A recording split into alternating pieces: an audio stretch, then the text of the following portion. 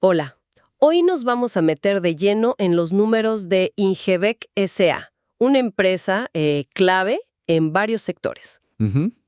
El dato que salta a la vista de inmediato, una ganancia por acción, la famosa GPA, de poco más de 13 pesos chilenos por acción en los primeros 9 meses de 2025. 13 pesos. Esto contrasta fuerte con los casi 9 pesos del mismo periodo en 2024. Es un salto importante, ¿no? Definitivamente es un salto considerable, sí. Y eso nos lleva directo a la pregunta central de nuestro análisis hoy. Exacto. ¿Qué historia nos cuenta esta mejora en la ganancia por acción sobre cómo le está yendo realmente Ingebec? Y a las empresas que controla, claro. Ajá. ¿Es solo un buen trimestre o hay algo más de fondo ahí? Justamente. Para quienes no la tengan tan presente, Ingebec opera principalmente en ingeniería y construcción, el sector inmobiliario. Sí, Rentas. La información que estamos usando viene directo de sus estados financieros consolidados intermedios. Los consolidados, claro. O sea, los resultados combinados de la matriz y sus filiales al 30 de septiembre de 2025. Ok, Hay que echarle un ojo a, eso sí, son cifras preliminares no auditadas externamente. importante ese punto, sí. Cifras no auditadas. Y bueno, cuando hablemos de M dólares, nos referimos a miles de pesos chilenos, para que quede claro. Perfecto. Nuestra misión hoy es ir más allá del número, ¿no? Entender qué movió esa aguja de la GPA Sí, y qué podría significar tanto para la empresa como, bueno, para quien sigue de cerca estos sectores. ok, vamos a desglosar esto. Dale. Partamos por lo básico, entonces. ¿Qué es exactamente esta ganancia por acción o GPA? A veces también se le llama EPS por las siglas en inglés. Claro, mira, pensé en la GPA como la tajada de la torta de ganancias totales de la empresa, Ajá, que le correspondería a cada acción común que anda circulando en el mercado. a cada acción individual. Exacto. Es una métrica fundamental porque mide la rentabilidad directamente desde el bolsillo del accionista, digamos. Claro, Si tenés una acción, ¿cuánta ganancia generó la empresa para vos, entre comillas, en ese periodo? entiendo. Por eso es que los inversionistas y analistas la siguen tan de cerca, ¿verdad? Precisamente. Es como el termómetro de qué tan bien la empresa está generando valor para sus dueños. Tiene sentido. Y por eso, un aumento como el que vemos en Ingebec, de M873 a M1303 en el acumulado de 9 meses, Ese salto grande. generalmente se ve como una señal muy positiva. Sugiere que la compañía está siendo más rentable, o al menos que la ganancia por acción es mayor. ¿Y cómo calculan este número? ¿Es simple matemática o tiene su truco? Y la base es bastante directa como lo explican ellos mismos en sus notas, de hecho. Ok, Se toma la ganancia neta del periodo que pertenece a los dueños de la empresa matriz, o sea, a los accionistas de Ingebex S.A. propiamente tal. la ganancia que les toca a ellos. Eso. Y se divide por el número promedio ponderado de acciones que estuvieron en circulación durante ese tiempo. Ah, promedio ponderado. Claro, porque el número de acciones puede cambiar durante el año, ¿viste? Entran, salen. Entendido. Perfecto. Entonces, si miramos los números concretos que reporta Ingebec para este periodo de 9 meses hasta el 30 de septiembre, A ver, en 2025, la ganancia por acción, tanto la básica como la diluida, fue de M13,03. 13,03. Ambas. Y en 2024, para el mismo periodo, ambas fueron de M8,73. 8,73. Ahí está el salto del que hablábamos, clarísimo. Exacto. Y si hacemos doble clic en el último trimestre reportado, el de julio a septiembre, El Q3, ese mismo. En 2025, la ganancia básica fue M6,05 por acción. 605. Pero ojo, la diluida fue bastante menor. M2,96. Ah, mira vos, 296. Sí.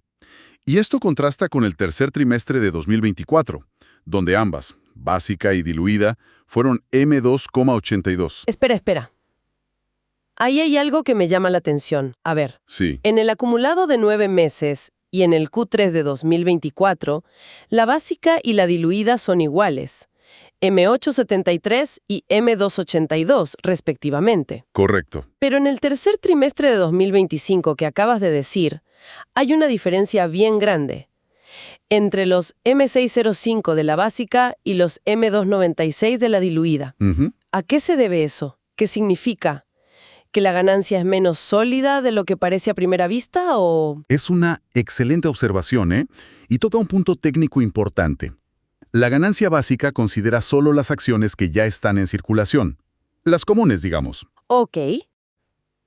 Las que existen hoy. Exacto. La ganancia diluida, en cambio, es más conservadora.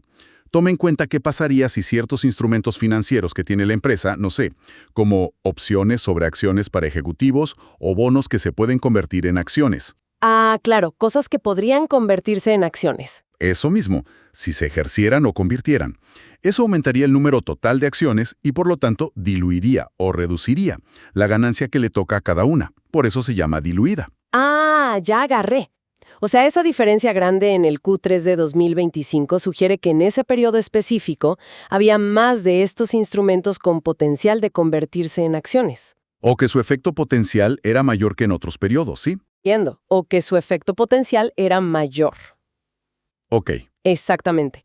No podemos saber la causa precisa sin más detalles, pero nos dice que, considerando ese efecto potencial de dilución, la ganancia por acción más conservadora para ese trimestre es M296. Entiendo. Sin embargo, como bien decís, la tendencia general sigue siendo positiva comparado con el M282 del año anterior.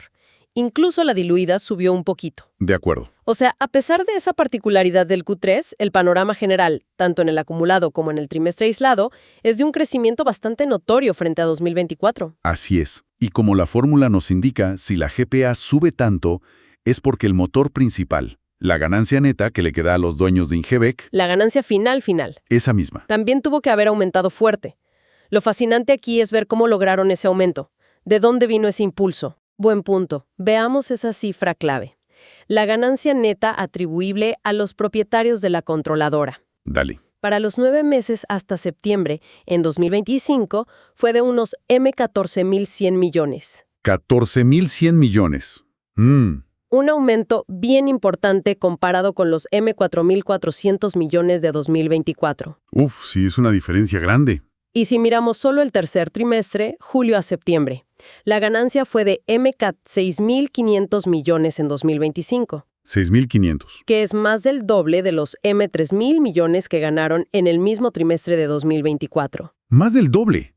Esos números confirman la historia, ¿no? La mejora en la GPA se sustenta en una rentabilidad neta mucho mayor. Totalmente. Ahora, la pregunta del millón.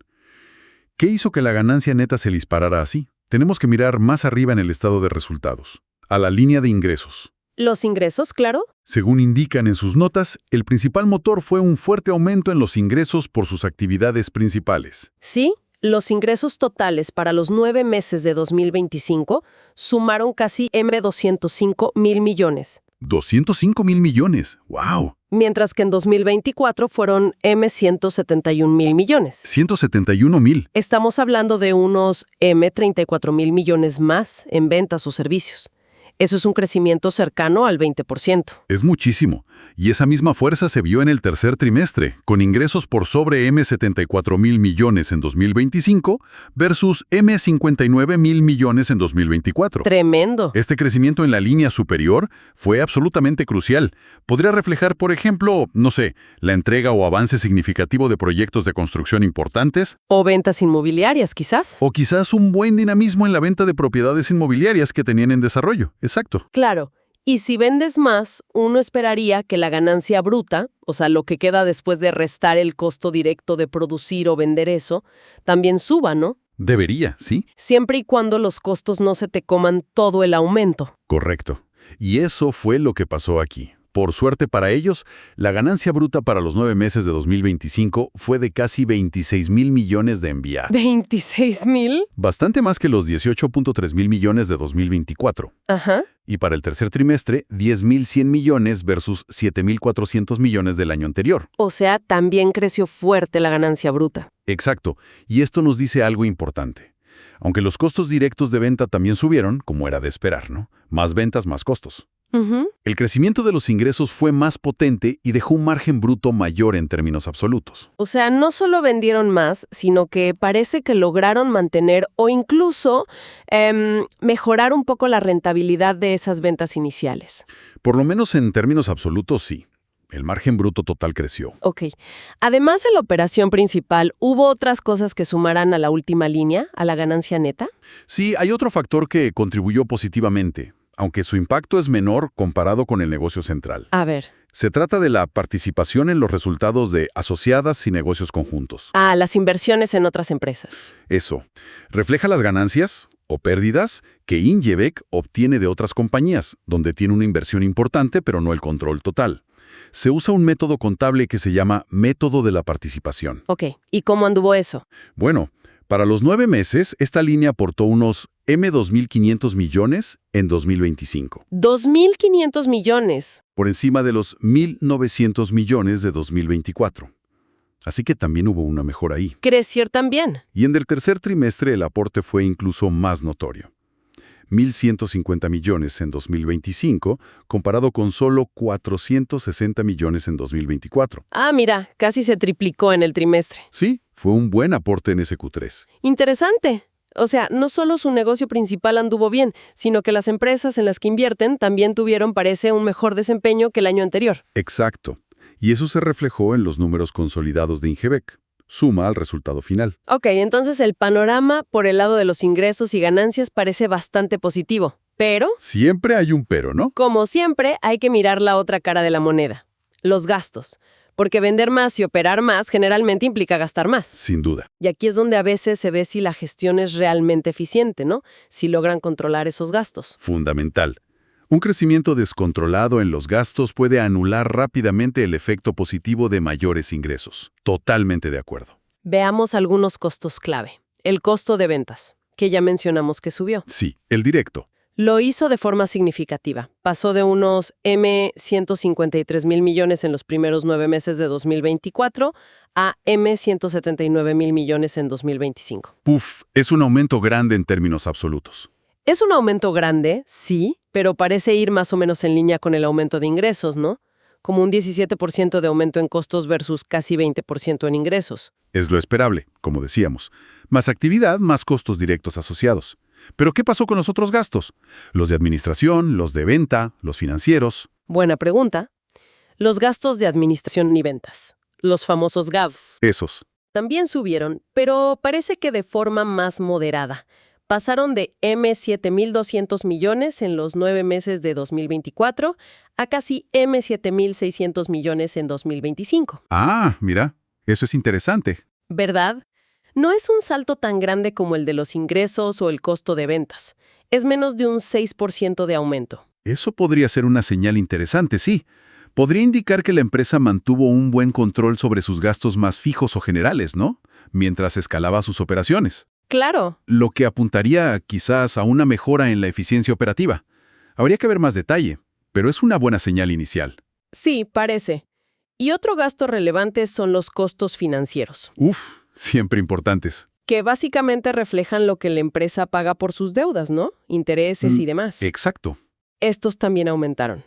Pasaron de casi $3.000 millones en los 9 meses de 2024 a unos $3.500 millones en 2025. Un aumento de unos 500 millones ahí. Sí, un 16% más o menos. Bueno, un aumento en los costos financieros puede deberse a varias cosas, ¿no? Mayores niveles de deuda, quizás, O tasas más altas. o a tasas de interés más altas, o una combinación de ambas.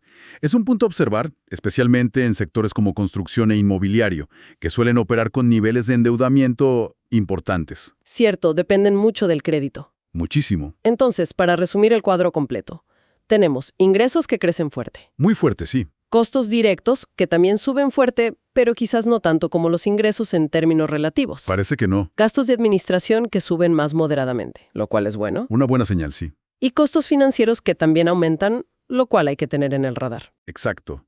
Y si conectamos esto con el panorama general, la clave del éxito en este periodo, me parece, fue que el impulso de los ingresos fue lo suficientemente poderoso Ajá. como para absorber todos esos aumentos de costos, los directos, los de administración, los financieros, y aún así dejar una ganancia neta significativamente mayor al final del día. Claro. La gestión parece haber navegado bien ese equilibrio entre crecer y controlar los gastos asociados a ese crecimiento. Tiene lógica. No sacas nada con vender mucho más si tus gastos se disparan aún más rápido. Aquí lograron que la balanza se inclinara hacia la rentabilidad. Exactamente. Y no hay que olvidar el contexto de Ingebeque. Estos son resultados consolidados. Cierto. Agrupan todo. Agrupan el desempeño de sus distintos negocios. La ingeniería y construcción, que puede ser muy cíclica. Muy dependiente de proyectos grandes. El desarrollo inmobiliario, también súper sensible a la economía. Tasas, confianza. Y las inversiones y rentas, que pueden tener otra dinámica, quizás más estable. Además, operan no solo en Chile, sino también en Perú, según mencionan sus notas. Ah, cierto, Perú también. Así que la situación económica en ambos países influye directamente. Claro. Y siempre con el asterisco de que estamos viendo una foto a septiembre, y son cifras no auditadas aún. Exacto, la foto del momento. ¿Hay algún otro detalle en el estado de resultados que valga la pena mencionar, aunque sea chiquito? Hay una línea pequeña pero conceptualmente interesante, llamada participaciones no controladoras. Ah, sí, la vi por allá abajo. Refleja la porción de la ganancia generada en las filiales que no le pertenece a Ingebex S.A. directamente, sino a otros socios minoritarios en esas filiales. Ok, ¿y es relevante en este caso? Vemos que es una cifra muy pequeña aquí, apenas $3 millones en los 9 meses de 2025. Nada comparado con los 14,000 millones de ganancia. Exacto, lo que sugiere que Ingebec tiene un control casi total sobre las ganancias de sus operaciones consolidadas. Pero bueno, es bueno saber que existe esa distinción contable. Entendido. Entonces, ¿qué significa todo esto? Demos un paso atrás. Para alguien que busque estar bien informado, entender tendencias, quizás evaluar inversiones, ¿por qué debería prestarle atención a la GPA de una empresa como Ingebec y a todo lo que acabamos de desglosar? Es que la GPA y su evolución, y sobre todo el porqué de esa evolución, nos dan varias pistas valiosas. La más obvia, supongo, es para quien esté pensando en invertir en acciones de Ingebec, ¿no? Una GPA creciente y sólida suele ser música para los oídos de un inversionista, ¿verdad? Absolutamente. Sugiere que la empresa es rentable y que está generando valor. Es uno de los indicadores clave en valoración de empresas, sin duda. Pero decías que va más allá de eso. Sí, porque como Ingebec es un jugador importante en construcción y en el sector inmobiliario. Sectores muy relevantes. Exacto. Su desempeño puede ser un reflejo o incluso un indicador adelantado de cómo están esos sectores en general en Chile y Perú. Ah, claro. Si a Ingebec le está yendo bien, podría sugerir que hay actividad, que se están moviendo proyectos, que quizás la demanda inmobiliaria está activa. O sea, analizar a Ingebec nos da una ventana a la salud de partes importantes de la economía real. Eso mismo. Y viceversa, si entendemos el contexto económico, cómo están las tasas de interés, la confianza de los consumidores o las empresas, la inversión pública, podemos interpretar mejor los resultados de Ingebec. Entiendo. Es una calle de doble sentido. Totalmente. Los resultados de la empresa no ocurran en el vacío. Entender los factores macro ayuda a interpretar los números. Y los números de una empresa líder como esta nos dan pistas sobre el panorama macro. Bien, creo que hemos cubierto bastante terreno. Si tuviéramos que resumir los hallazgos clave de nuestro análisis de los estados financieros de Ingebec al tercer trimestre de 2025, ¿qué dirías? Diría que lo central es la notable mejora en la rentabilidad comparada con el año anterior. Eso es lo más claro. Sí. Que se cristalice en esa ganancia por acción de más de 13 pesos para los 9 meses frente a los casi 9 pesos de 2024. Y vimos que el gran motor de esto fue un crecimiento muy fuerte en los ingresos, El principal impulsor, sí. que vino acompañado de un aumento en los costos, como era de esperar, pero que fue lo suficientemente robusto como para superarlos y dejar más ganancia nepa. Exacto. Además, destacamos la contribución positiva y también creciente de sus inversiones en otras empresas asociadas. Que también sumaron. Y una posible señal de eficiencia en el control de los gastos de administración que crecieron menos que los ingresos. Sin embargo, también notamos el aumento en los costos financieros, un punto a vigilar. Sí. Y esa particularidad de la ganancia diluida en el último trimestre, que era bastante menor que la básica. Correcto. Y todo esto, bueno, nos deja flotando una pregunta importante, ¿no? A ver.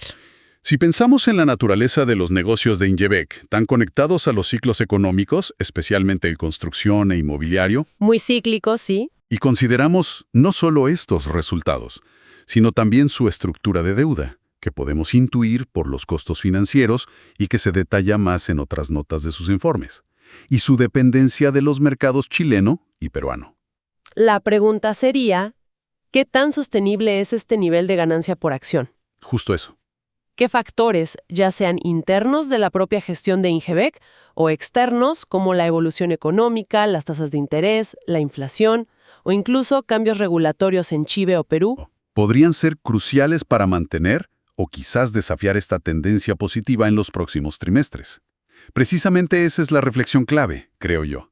¿Fue este un periodo excepcional, digamos, un veranito de San Juan, o el inicio de una nueva meseta de rentabilidad más alta? Claro, La respuesta probablemente dependa de una compleja mezcla de esos factores internos y externos. Habrá que seguir de cerca los próximos reportes. una excelente pregunta que nos deja pensando y que seguramente seguiremos explorando en futuros análisis. Con esto, cerramos nuestra inmersión profunda de hoy en la ganancia por acción de Ingebec. Un placer como siempre.